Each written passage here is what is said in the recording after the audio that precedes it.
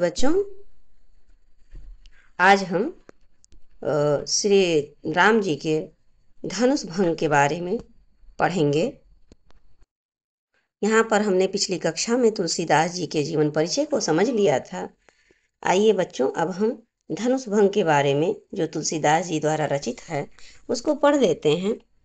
यहाँ पर सबसे पहले हम दोहा को पढ़ रहे हैं, बड़ा सुंदर। ये जो दोहा दिया हुआ है बच्चों, ये आपके ये जो पूरा दिया हुआ है इसमें इसका पूरा सार होता है। इसका ये जो पूरा दोहा है, इसका ये दोहा जो है इसका इसी में पूरा सार दिया हुआ है।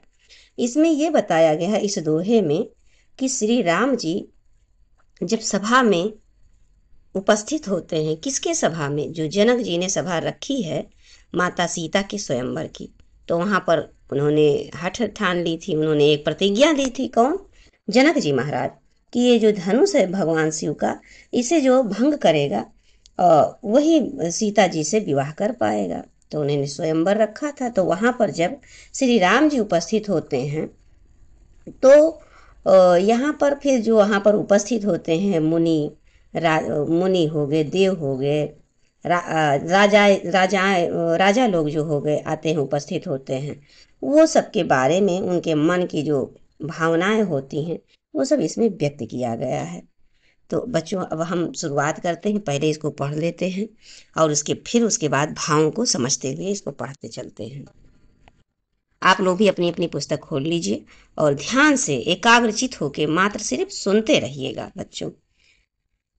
उदित उदय गिर मंच पर रघुवर बाल पतंग, बिकसे संत सरोज सब हर से लोचन भृंग। यहाँ पर तुलसीदास जी कह रहे हैं कि उदयाचल रूपी मंच पर बाल रूपी रघुनाथ रूपी सूर्य उदित होते ही, बाल रूपी जो रघुनाथ रूपी सूर्य हैं, बाल रूप में उदित होते ही संत के जो सभी संत हैं वो संत रूपी कमल खिल उठे हैं। संत रूपी जो वहाँ पर जो संत हैं, मुनि हैं, उनके हृदय खिल उठे हैं। और फिर उनके जो हृदय में जो भौरे रूपी नेत्र हैं, मनी उनकी जो आँखें हैं, नयन हैं, हर्षित होकर खुशी से प्रसन्न हो गए हैं। उनकी आंखों में खुशी के चमक आ गए हैं। आगे कहते हैं कि निरपह के आशा निसनासी, निरपह के आशा निसनासी, वचन नखत अवली न प्रकाशी, मानी महिप कुमुद सकुचाने, कपटी भूप उलोक लुकाने। यहाँ पर बच्चों इसका भावार्थ है कि जो जब भगवान रूपी सूर्य उदित होते हैं तो राजाओं की जो आशा रूपी रात्रि है नष्ट हो जाती है। वचन रूपी नक्षत्र तारे समूह का चमकना समाप्त हो जाता है। और जो निरपह मानी महिप हैं, जो घमंडी जो राजा रूपी कुमुद हैं, सकुचित हो गए हैं। और उनकी जो कपटी रूपी जो उल्लू हैं, राजा जो कपटी रूपी राजा हैं, वो रूपी उल्लू वो छिप गए हैं। यहाँ पर भावों को फिर से समझिए बच्चों। यहाँ पर तुलसीदास जी कहते हैं कि जो राजा हैं निरपही, जो सिर्फ राजा आए हुए हैं, उनकी जो क्या कहते हैं आशा है वो समाप्त हो गई। किसको? श्री राम जी को देखकर।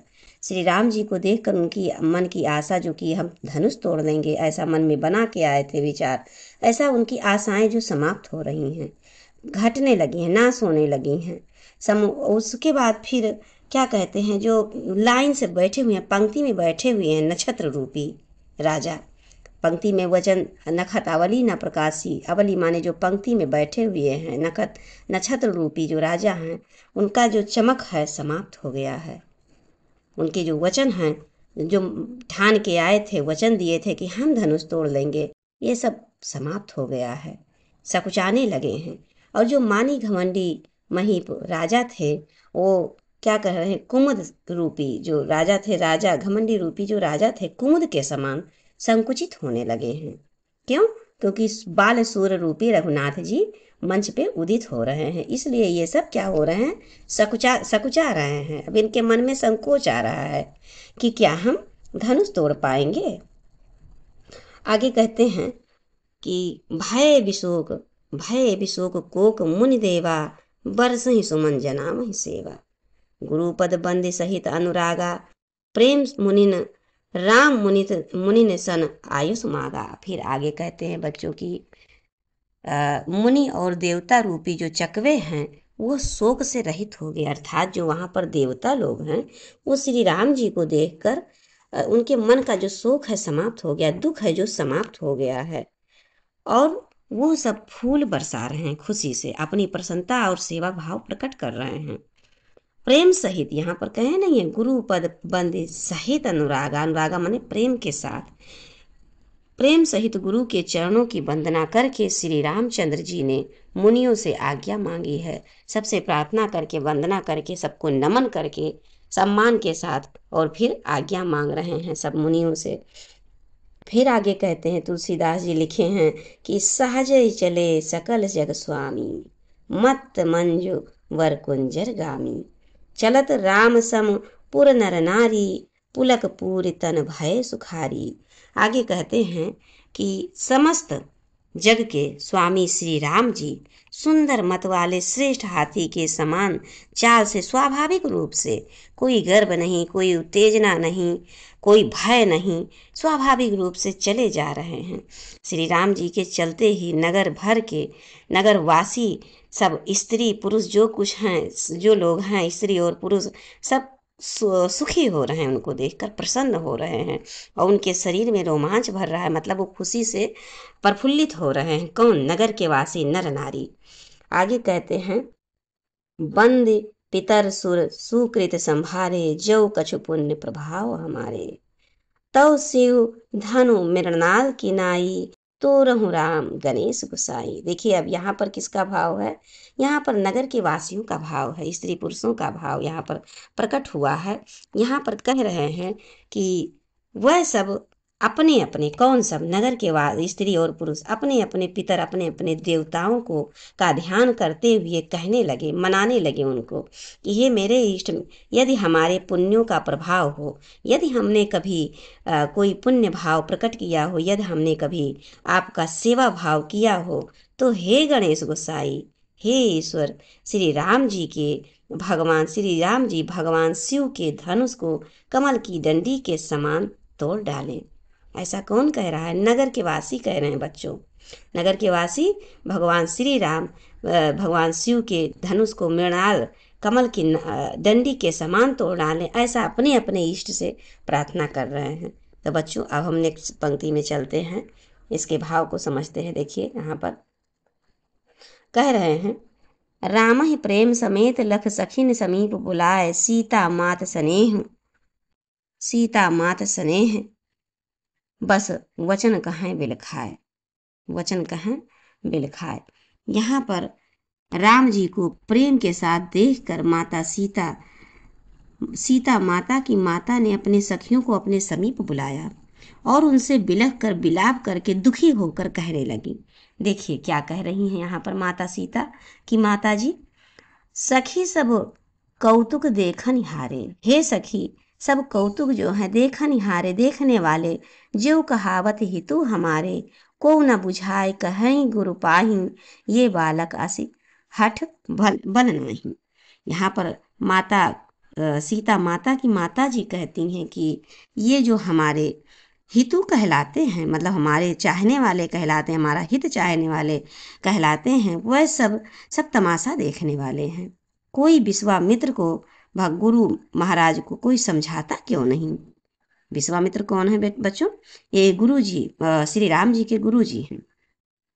तो वो माता सीता की माँ कहती हैं अपनी सखियों से कि कोई इनके गुरु को बुला के क्यों नहीं समझाता कि ये बालक है, इनके लिए ऐसा हठ अच्छा नहीं है। ऐसा कौन कह रहा है? माता सीता की माँ कह रही हैं, अपनी सखियों से कह रही हैं। आगे कह रही हैं, जो धनुष रावण, आगे कह रही हैं कि देखो, रावण बाण छुआ नहीं चापा, हारे सकल भूप करिदापा, सो धनु राज कुंवर केरकेरी, कर देही बाल मराल की मंदर लेही। यहाँ पर माता सीता की माता जी कहती हैं कि जो धनुष रावण जैसे दिग्विजयी वीरों ने हिलाए भी ना हिल सका, उसे तोड़ने के लिए मुनि विश्वामित्र को राम जी को आज्ञा देना और राम जी से उसे तोड़ने के लिए यहाँ ले चल देना, वहाँ से चल देना, रानी को हट जाना पड़ रहा है। इसीलिए वो कह रही हैं कि रावण और बाणासुर ने, यहाँ पर रावण बाण छुआ नहीं चापा, रावण और बाणासुर ने जिस धनुष को छुआ तक नहीं, और सब राजा घमंड करके हार गए, जो जिनके अंदर घमंड भरा हुआ था कि हम ऐसा कर लेंगे, वो सब हार गए। वही धनुष इस सुकुमार बालक के हाथों में दे रहे हैं। भला हंस का बच्चा भी क्या मंदराचल पर्वत को उठा सकता है?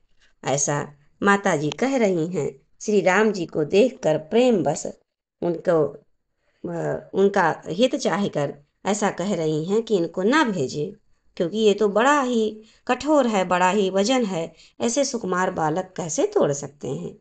फिर आगे कह रही हैं कि भूप सयानप सकल सिरानी, भूप सयानप सकल सिरानी, सख सखी विधि गति कुछ जाति न आनी, बोली चतुर सखी मृदबानी, तेजवंत लघु गणिय न रानी। आगे कहती हैं, उनकी सखियां सब को समझा रही हैं, कह रही हैं कि हे राजा, राजा का भी सारा सयानप, मतलब राजा की भी ये माता जी कह रही हैं सीता जी की, कि राजा की भी सारी बुद्धि, सारी सयानता समाप्त हो गया है। ये हे सखी, ये विधाता की गति कुछ समझ में, कुछ जानने में नहीं आ पाती। यूं कहकर रानी चुप हो गई हैं। तब राम जी के महत्व को जानने वाली एक चतुर नारी कहती है, एक चतुर नारी कहती है, बोली चतुर सखी मृदवानी। एक चतुर नारी कहती है कि सखी कोमल वाणी में, बहुत मतलब मृदु भाषा में, आराम से धीरे से बोलती है रानी। कहने लगी रानी से कि तेजवानों को देखने में छोटा होने पर भी छोटा नहीं समझना चाहिए। हे रानी, बड़े ही मधुर भाव से रानी से समझाते हुए कहती है एक सखी कि हे रानी, जो तेजवान होते हैं उनको, वो भले ही देखने में छोटा हों, लेकिन उन्हें कभी छोटे में गिनना नहीं चाहिए। अब आगे उदाहरण देते हुए समझा रही हैं सखियां, कह रही हैं, कहाँ कुंभज कहाँ सिंधु अपारा, सो शिव सुजसु सकल संसारा, रवि मंडल देखत लघु लागा, उदय तासु त्रिभुवन तम जागा। आगे फिर सखियां समझा रही उदाहरण देते हुए कि हे रानी, कहाँ घड़े से उत्पन्न हुए छोटे से घड़े से मुनि अगस्त, छोटे से कुंभज घड़े से उत्पन्न हुए मुनि अगस्त, और कहाँ सिंधु, अपार सिंधु, जिनको उन्होंने सोख लिया था, सोशिव सोख लिया था। ये यश सकल संसार में विख्यात है, आप भी जानती हैं।